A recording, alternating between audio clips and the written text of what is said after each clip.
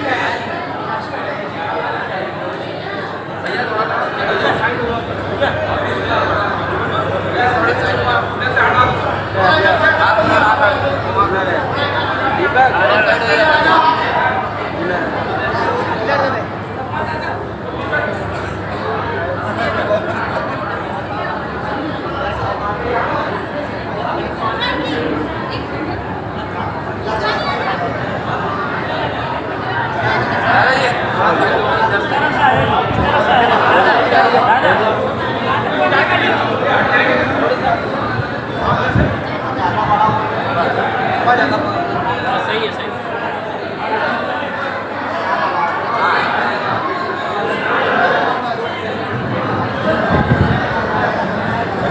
जिनके दर्शन हो गए वो पीछे की तरफ होते जाएं, जिनके दर्शन होते जाएं वो पीछे हो जाएं।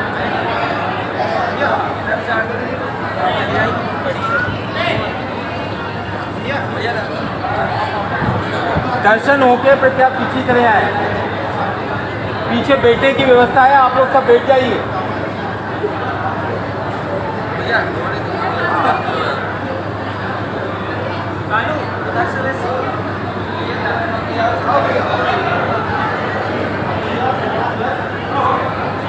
जिनके दर्शन हो गए वो बैठ जाए भैया, बैठ जाइए।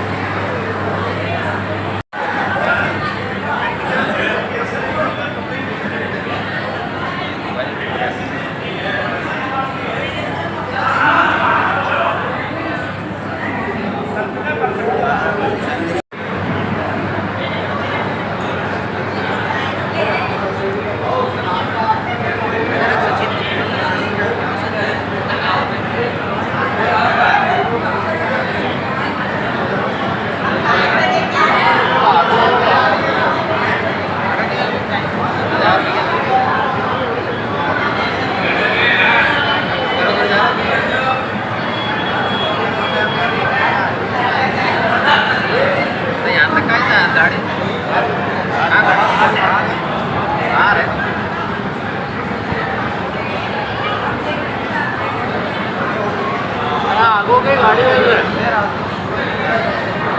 अरे वो संजय को पावर बैंक आपके धर्मशाला अरे मेरा 8 लाख आपको आएगा तो इधर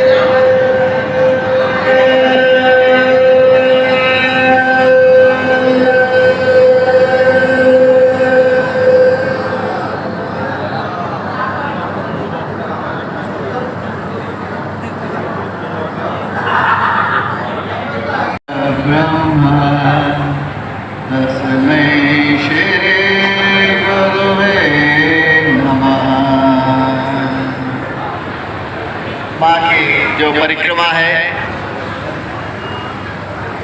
वो बड़ी अद्भुत है।